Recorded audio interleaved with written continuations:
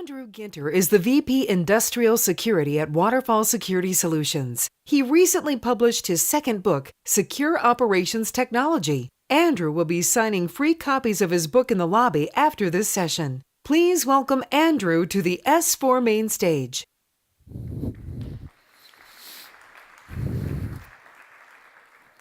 Hello, everyone. I'm here. Oh, there we go. I'm here to talk about Secure Operations Technology, my new book. Where to get started? Information security, ITsec, is all about protecting the information. Protect the CIA, the AIC, the IAC, the something of the information. What we observe secure sites doing in the industrial space is not protecting the information. Their goal is to protect physical industrial operations from the information. More specifically, protect operations from cyber attacks that may be embedded in the information. This is because all cyber attacks are information. Brain blank. Here we go. When Dale was promoting this session in the agenda, on Twitter, he described the new book as controversial. But all I do in the new book is describe what industrial sites at the high end of the bell curve do, what they actually do. For that matter, this is all I did in my first book as well. I don't see that as controversial. I see that as good reporting. What I think should be controversial is that I don't see anybody else talking about this stuff. Cyber attacks continue to become more sophisticated with more severe physical consequences. We're talking attacks on industrial control systems. All of us respond by steadily increasing the strength of our security systems to deal with this escalating threat. The entire bell curve of cybersecurity posture strength, the entire bell curve is shifting to the right in the direction of the world's most secure industrial sites, in the direction of the high end of the bell curve. And nobody else is talking about what those sites do. This is all of our future. We are all heading that way, the entire bell curve. This is all of our future. Why are so few people talking about where we are all going? Why are so few training programs teaching these techniques? That's what I think should be controversial. At secure industrial sites, what I see the sites doing is modeling all of the control systems, and there tend to be many control systems at an industrial site, modeling all of those control systems together as one large control critical network with lots of subnetworks. What those sites then do is carry out an inventory of information flows from outside the control critical network to inside the network. A comprehensive inventory of information flows into the critical network is also a comprehensive inventory of all possible cyber attack vectors. All attacks are information.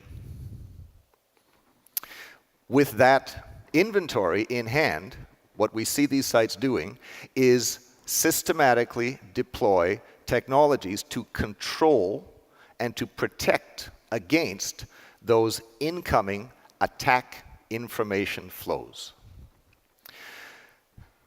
These sites generally deploy physical protection, not just software. All software has bugs. Some bugs are security vulnerabilities. And so in practice, all software can be hacked. Trying to defend using security software full of vulnerabilities to try to defend a control system network full of control system software that's full of vulnerabilities. That's like trying to bail out a basement with a bottomless bucket. It's fun to watch unless we need to see progress. So,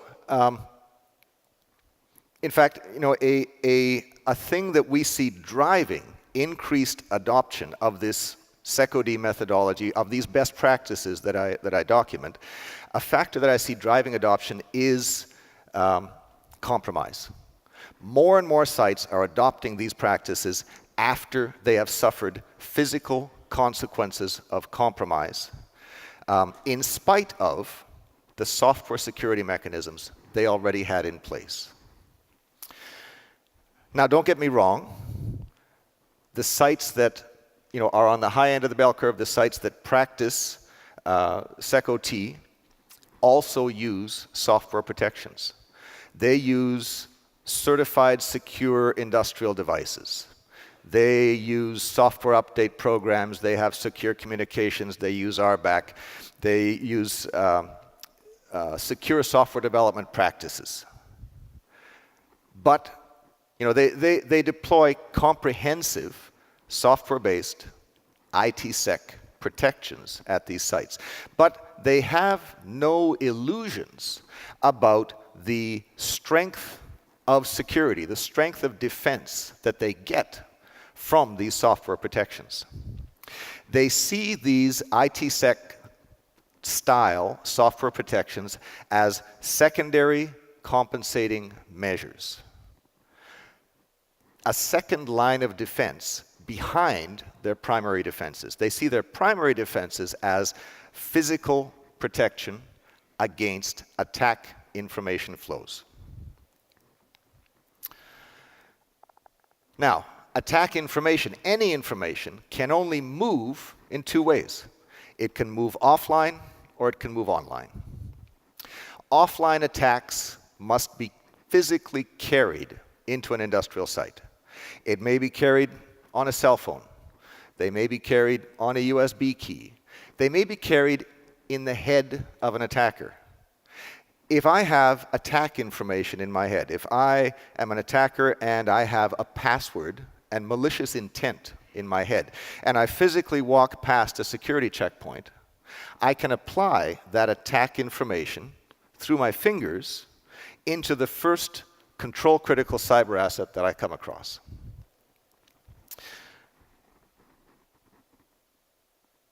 The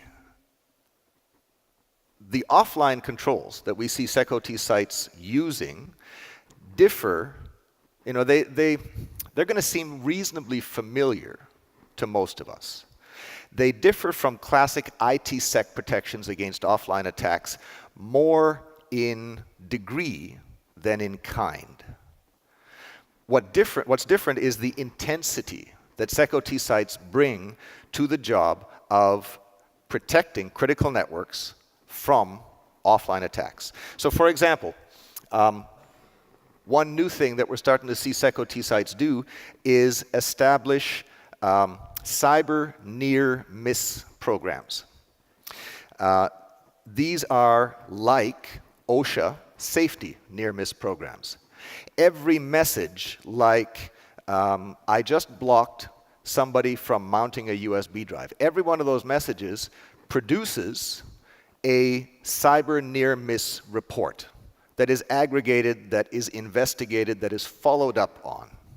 SecOT sites report that the combination of cyber near-miss program and the offline protections, the strong offline protections from offline attacks, together effectively eliminate errors and omissions in the handling of USB drives, laptops, and other devices full of information. When it comes to online attacks, SecOT advice differs sharply from ITsec advice. SecOT forbids firewalls at the connection between a critical network and any external non-SecOT network. SecOT permits only unidirectional gateway technology at those boundaries of the critical network. A unidirectional gateway is a piece of hardware that is physically able to send information in only one direction. It does not matter if our attackers have found a zero-day vulnerability in every piece of software on the planet. It does not matter if they have stolen zero-day vulnerabilities in every piece of security software on the planet. It doesn't matter if they steal every password and every two-factor dongle for every account on every computer on the planet. It is physically not possible to send that attack information online through the unidirectional gateway back into the protected network.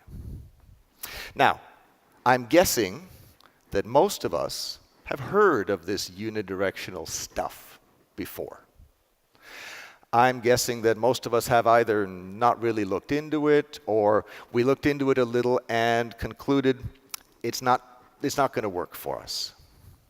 What's new in the book is a catalog of about 24 unidirectional reference architectures. These are ways of organizing critical networks in such a way that they can be protected unidirectionally for lots of different kinds of critical networks. These architectures are drawn from the experience of secure sites who've deployed this methodology.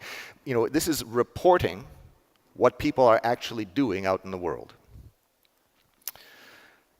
This part of the book is the one that is most likely to need updating a couple of years from now. We continue to see new architectures emerging from the experience of secure industrial sites.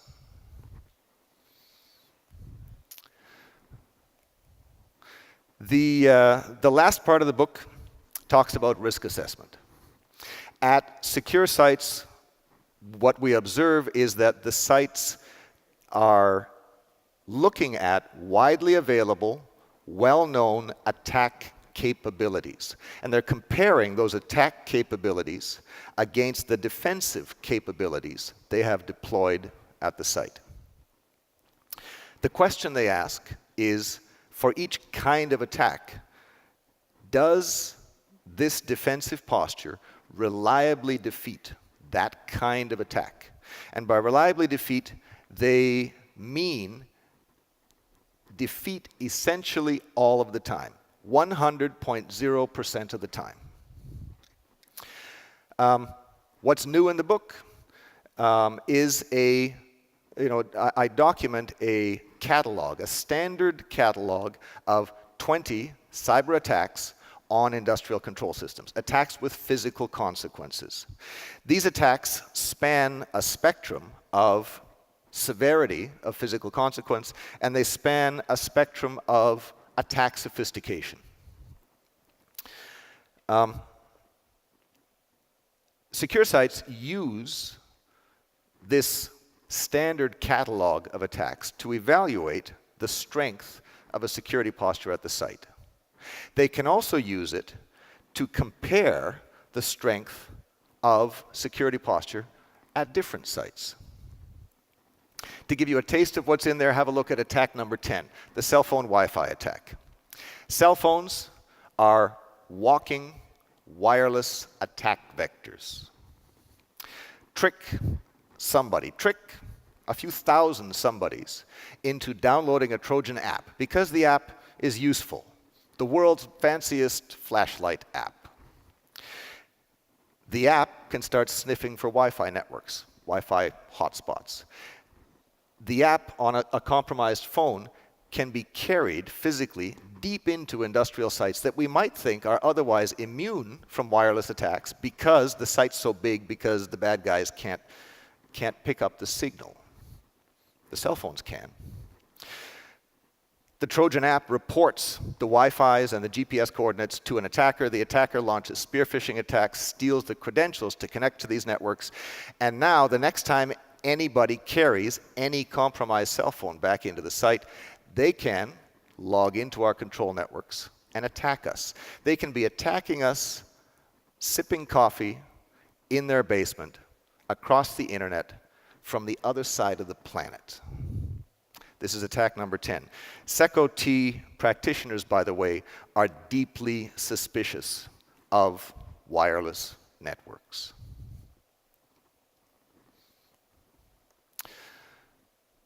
So, the people who practice secure operations technology, they like the approach for a number of reasons. SecOT is thorough.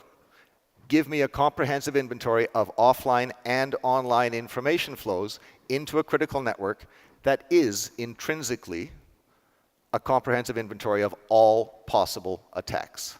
SecOT is robust. Defend against those information flows physically, not with vulnerable software. SecOT people don't just throw software at the problem and hope that the SOC will catch the intruders before they've done damage. Physically protect. SecOT is disciplined.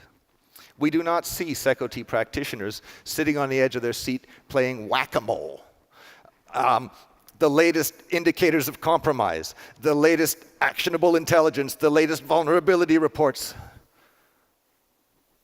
All cyber attacks are information. They will always be information, no matter how sophisticated those attacks become in the future. And so, SecOT is also future-proof. If we physically block attack information flows, we block current attacks and we block future attacks. So, at this point, I think Dale was going to come out and join us, and he's read the book and he has a few questions. Good to see you. Nice to see you. Pick your favorite chair for the grilling. There we go. So I'm here with controversial author Andrew Ginter. And I read his book cover to cover. And it actually, first of all, let me give you the review for about 70% of the book. I think if you're looking for a book that gives you very straightforward, easy to understand advice on things like removable media, removable devices, test networks, emergency remote access, a lot of the things outside of unidirectional gateways, it's actually one of the best books I've ever read on that. And I say that because it reads like it didn't come from a committee. You know, it wasn't a group of people arguing over language and trying to, it's just very plain spoken, very clear, do this, don't do that. And I think it's probably things that most of the audience would agree with. High praise, thank you. Yeah. So I would say, you know, if you're looking for a book for those areas to, you know, to pass along to people, I think I definitely would recommend this. The other part that I thought was outstanding was those case studies for unidirectional gateways. So if you are going to use a unidirectional gateway, those case studies were great. You know, it said, here's a specific set of circumstances, here's how you use a unidirectional gateway. But there were a few areas, and I think let's address kind of the easy one, the older argument for a while. And this is, you know, always requiring a unidirectional gateway, because you say SecOT demands physical segmentation and protection of control critical networks from non-critical networks like the enterprise and others. Firewalls and other software segmentation may be used between ICS members of a control critical network, but not between a control critical network and any other network. Yes. So I think that's where the controversy is. And the real question is, what is the actual additional security you're getting for that investment and effort? Especially, it probably varies quite a bit by what you're allowing through your security perimeter. But if we take, let's say, a very firewall-friendly case, let's say you're sending PI data from your ICS to a DMZ or the enterprise. So source in your control critical network, destination non-control critical network, one port TCP 5450. How much actual risk reduction am I getting by replacing that firewall with the unidirectional gateway? Our customers, the SecOT people that I talk about, they, again, are deeply suspicious of software security. The NSA leaked 0 days in lots of major firewall vendors. Steal a password for the firewall and you can reconfigure it. Make a mistake in the configuration of the firewall and now, stuff is leaking through. Maybe more telling, when you've got a firewall there, you give what I think is an artificial example. Nobody has one port open through the firewall. Over time, they open lots of ports. Modern attacks don't even like to exploit vulnerabilities. It's work exploiting vulnerabilities. They would rather exploit permissions and just come through the firewall that way. Theoretically, the risk is that every connection through a firewall that lets data out also lets attacks back in. Every connection through a firewall is bidirectional.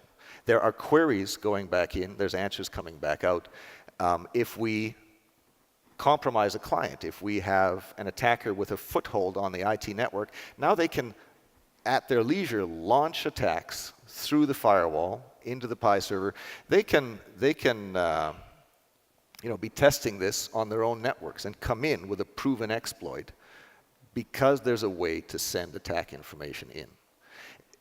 You can contrive examples with the smallest possible, the most secure possible firewall configuration. What our the people that I write about, the SecOT sites, they want enterprise-wide access to operations information, and they just want this risk of compromise taken off the table. Physical protection does that. There's no kind of software protection that will give them that same degree of comfort. Yeah, and I think we could go into that quite a bit, but I want to kind of look forward to the future. But I think that's one of the questions that people always have is... Yes. I mean, I do a presentation sometimes, 13 ways to break a firewall. Yeah. I bring a firewall in. I show people how to break through it. Right. It's a popular presentation. People like to see things break. If I could bring something in that would blow up, I'd have a standing room only crowd. But the limitations, the essential limitations, not I misconfigured the firewall. The intrinsic limitations are well known, and the paper's on the internet. Google Ginter and 13 ways, and off you go. So let's talk now about kind of the future. So we've had presentations from GE on Digital Ghost. We talked about the Purdue model and how that's morphing. And in your book, you flatly say operations from the cloud, such connectivity is forbidden. And I don't think anyone would argue that we want to allow some millennial in their basement to control our power plant. But what about the case now where you might have some of these cloud services that are performing level 2, level 1 operations, or probably let's start level 2, level 3 operations. They would be considered control critical networks. They would be, quote, in the cloud or somewhere out on the broader network. How does that fit in with your SecOT philosophy? How would you address that? Well, let me give you a couple of cases. I mean, the cloud, the industrial Internet of Things, a lot of people believe utterly that this is the future of industrial control systems. And so, of course, we need to support it. So let me give you a few examples of how it can be supported safely. And then let's come to your trickier question of what might be done sometime into the future. we do see people connecting control systems to the cloud. One way out, nothing comes back. We can use the information, large amounts of information, big data analysis for optimization. We can use it to identify potential failures. We can use it to generate advice that is going to make us more profitable. The question is, when all that information goes out, it'll go out through a unidirectional gateway. This is the philosophy for the Secot practitioners that I document. There generally needs to be something coming back in order to act on that information. And I have that documented. What we observe people doing is they will do their best, and it depends on the vendor. They'll do their best to send the most abstract information back in. So a piece of information like an email message or an alert on my cell phone saying, one of the bearings on this pump on your pipeline, such and such an ID, is failing. You need to send a crew out there within the next 7 days or you're going to have a catastrophic failure.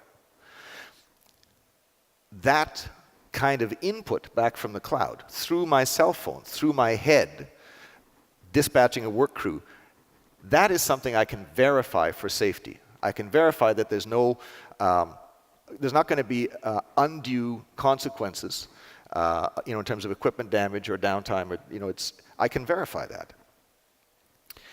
If instead I delegate to the cloud and say, let me come to the tricky example in a second. A simpler example is I have a batch process, pharmaceuticals. I have a control recipe that comes into the plant saying produce 10,000 pounds of aspirin.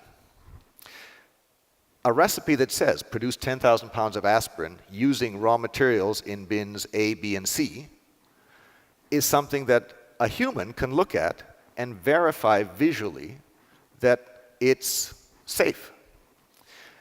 A control recipe that comes in and says, okay, you've got 100 PLCs. On this PLC, these 73 registers get set with those set points, these 7. If the recipe information is in the business network and very detailed low-level instructions are coming in, there's no way a human can verify those for safe operation. There's no way a human can verify that they haven't been tampered with, and we're going to have, the thing shut down and scrap 10,000 pounds of product, or that we're going to have product come out that is not up to the standards, the quality standards that we need. There's no way to verify that. So when something comes back in from the IT network or the cloud, it should come back in as abstractly as possible, and ideally through offline means, ideally through the eyes of an end user, of an operator, to verify what's coming in. Your tricky bit, I heard you ask, can we make the cloud an extension of the control critical network? Well, for example, you have in your book, you have an example with 2 power plants, right? Yes. So where you have 2 power plants, they're both control critical networks. They have a way of communicating with each other. And wouldn't the cloud just be another control critical network that we would have to secure and have some level of trust with? The short answer is maybe. In that scenario, we had operators at the large plant remotely operating the small plant off hours, because there wasn't a 24/7 operator at the small plant. If you look at the scenario, the example purchased a dedicated T1, T4, MPLS, whatever the nomenclature is nowadays, a dedicated telecommunications capacity between the 2 sites, threw a firewall on, and modeled both sites as a single control critical network, which meant there's no firewalls between that meta network and any external network like an IT network or the internet. If we were to say, let's take the small plant and pretend it's in the cloud, well, now we are going across the internet. You don't get to the cloud other than the internet. There are allegedly dedicated connections you can buy to the cloud, but they're expensive, and I'm told they're going away. So now we're going across the internet to the cloud, which is a very bad idea in the eyes of the people that I observe here. And B, we're allowing the cloud to, in principle, send very low level, if the operator's sitting in the cloud, second by second, they're sending very detailed instructions to this device, to that device, and who knows what the consequences are? Who's looking over their shoulder? Who's looking over the shoulder of anybody who's interfering with that communications or has compromised the firewall and is sneaking stuff in? That's not to say it can't be done. We continue to add new reference architectures to the catalog as people do this stuff. So we haven't seen anyone do this stuff. We are working with a number of vendors on ideas like this and looking for lead customers to deploy these things. And we're going to see additional architectures in the catalog. So let me give you an idea of what might be possible. Okay. Let's say we have a system in the cloud that has a model of the plant. We're sending large amounts of information out, and they've detected compromise of the plant. And they want to send a large batch of very detailed instructions in, saying disable this device, reroute that, very detailed instructions.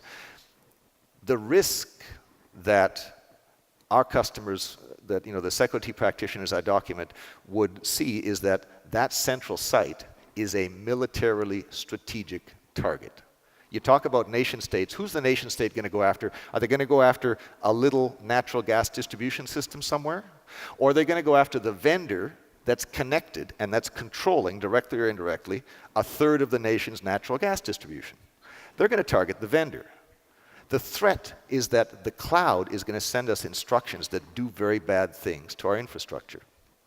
Now, if the cloud has detected compromise, let them send us a message and say, I've detected compromise, here's my evidence. So that people at the site can very quickly check their own data and make sure it agrees with the evidence that's coming in from the cloud. Verify that, and then they've got to make a judgment call. Do I believe the cloud, or do I believe, Okay. And so at that point, they can slap the yellow button and say, emergency override, let those cloud instructions in for the next 60 seconds. Fix my problem. Because I've decided it's much more likely that I have been compromised than that the cloud has been compromised. So that's a possibility. I haven't documented that because I've never seen anyone deploy it. Well, I want to hit a couple other questions, so let's try to knock these out quickly. What would secure OT say about wireless HART or ISA 100? Wireless HART or ISA 100. So these are wireless protocols deep into the industrial network, at the lowest layers. As I said, SecOT practitioners are deeply suspicious of wireless networks because they can be compromised so easily by wireless devices that we carry around with us. If we can deal with those risks by banning cell phones or by physical mechanisms of preventing attacks entering the site, as long as, the people that I work with, I think they would say that as long as the network is confined to a physical security perimeter, it's all inside the control critical network. It's part of the control critical network. Use software mechanisms inside the control network. Go for it. It is at the interface to the outside world that we have a problem. That's the short answer. Okay. You also said in your book that it is better to separate an industrial control system data center from the enterprise data center.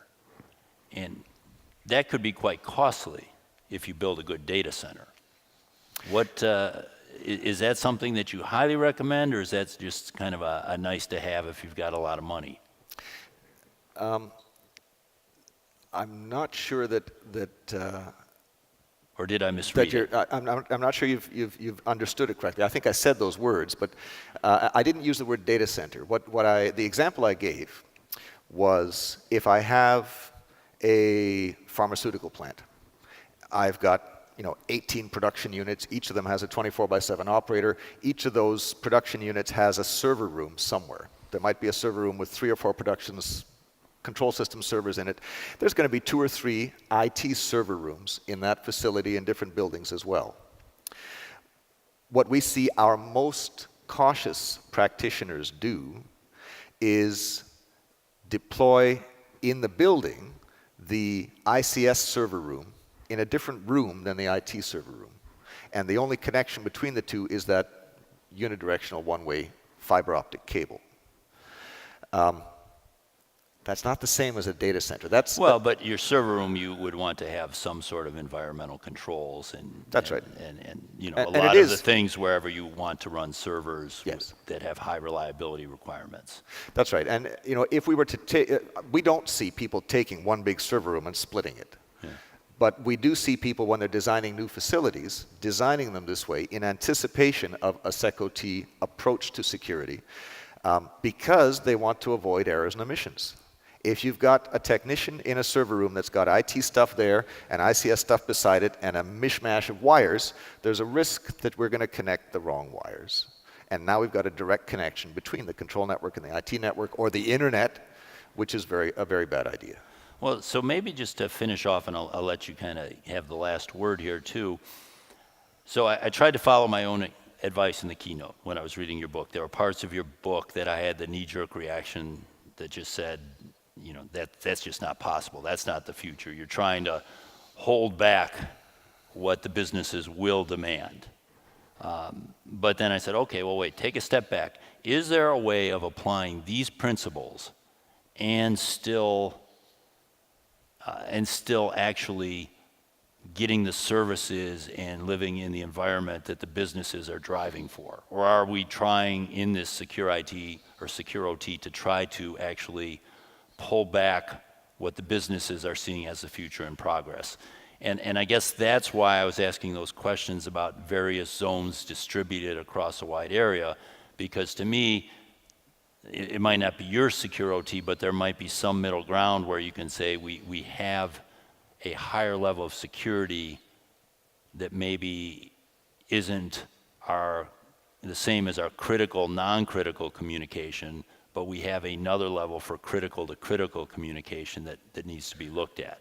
At least that's what I took from your book.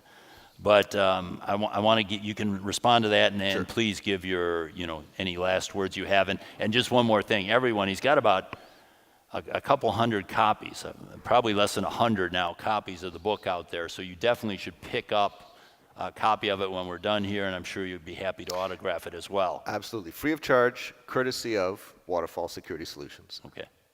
So to answer your point, SecOT is, intrinsically, all security is about blocking certain kinds of activities, the activities that cause us harm. By definition, we block things in security. This is what we do.